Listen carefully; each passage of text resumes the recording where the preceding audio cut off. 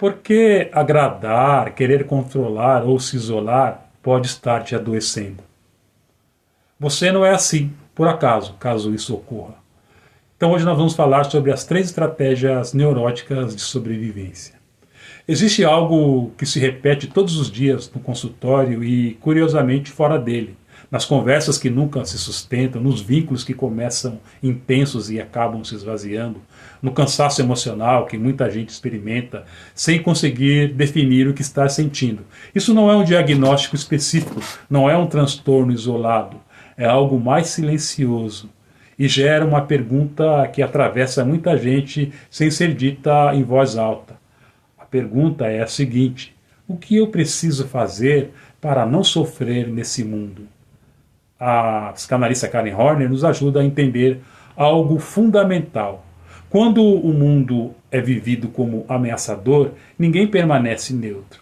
Nós aprendemos formas de sobreviver, e muitas vezes essas formas custam partes importantes de quem somos. Se você se sente que vive se adaptando demais, se defendendo demais, querendo controlar as situações ou se afastando de situações conflituosas, talvez esse vídeo seja sobre você.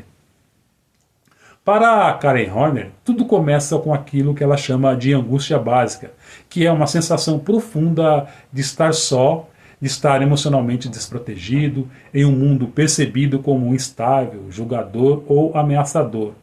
Quando cedo ou repentinamente você aprende que as pessoas podem deixar de te amar, existem condições para que você seja aceito ou aceita, e ser quem se é pode gerar rejeição ou perda, você não entra em colapso, você se adapta.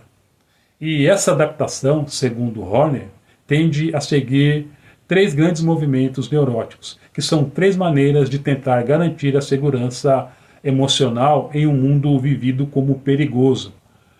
Aí você pensa: preciso agradar, que é a primeira forma dessas formas de relacionamento.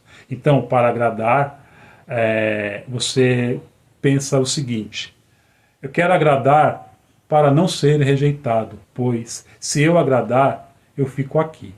A lógica é silenciosa, mas profunda. Se eu agradar, eu fico. Se eu não incomodar, não me abandono. E com isso você aprende a se moldar, aprende a se antecipar, aprende a antecipar expectativas, aprende a engolir vontades, você evita conflitos o tempo todo, você se torna extremamente sensível ao outro e perigosamente distante de si mesmo. E em seus relacionamentos você tem medo de dizer não, medo de frustrar as pessoas, medo de perder o amor, sendo quem você é. Você ama, mas se abandona nesse processo. Em relação ao trabalho, em seu trabalho você aceita todo e qualquer tipo de sobrecarga, evita discordar, confunde valor pessoal com utilidade. A lógica aqui é a seguinte: só terei valor se for útil. Se você frequenta as redes sociais, nas redes sociais você busca aprovação, curtidas viram confirmação de existência, ser visto vira sinônimo de ser aceito.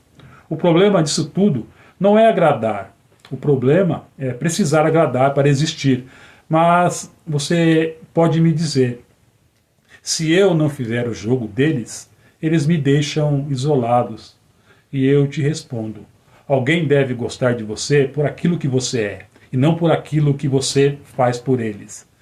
Quando você não consegue, você pensa: então eu devo atacar para não ser dominado. Se eu for forte, não me ferem. Aqui a angústia assume outra forma. A lógica inconsciente é: se eu dominar, não serei dominado. Se eu for forte, ninguém me machuca. Você vive em estado de alerta. O mundo é percebido por você como campo de batalha. Você age sempre dessa maneira. Em seus relacionamentos você tem dificuldades de ceder, você expressa um controle excessivo, você tem medo de depender, a intimidade é confundida com fraqueza. No seu ambiente de trabalho, em seu trabalho você compete constantemente, quer estar sempre se destacando, você tem necessidade de estar acima. O erro é vivido como uma ameaça à sua identidade. Nas redes sociais e não somente nelas, as suas opiniões viram armas. Você usa de ironia, ataques, você quer mostrar uma superioridade moral, você acha que é melhor ferir do que ser ferido. Nessa situação, o medo ele se disfarça de força, mas o preço que você paga por isso costuma ser muito alto, que é a solidão emocional. Então você pensa, vou me isolar para não sofrer. Se eu não precisar de ninguém, eu não perco. E nesse terceiro movimento, o isolamento, a conclusão é outra. Se eu não me envolver, não sofro. Se eu não precisar, não perco. Então você se afasta. Em todos os seus relacionamentos você mantém distância emocional. Sai antes de criar laços, nunca se entrega por inteiro. Em seu trabalho você evita exposição, prefere não depender, faz apenas o necessário. Se frequenta as redes sociais, nas redes sociais você observa mais do que participa, mostra pouco de si, protege-se do julgamento. E nesse caso o isolamento ele oferece segurança, mas também produz um vazio. A vida fica protegida, mas ela se torna empobrecida. Essas três formas que acabei de citar não são escolhas conscientes, não são defeitos de caráter, não são falhas morais, são estratégias de sobrevivência. Talvez em algum momento de sua vida elas funcionaram, te protegeram. Então evitaram uma dor maior. Porém, o sofrimento começa quando a estratégia vira identidade, quando sobreviver substitui o viver.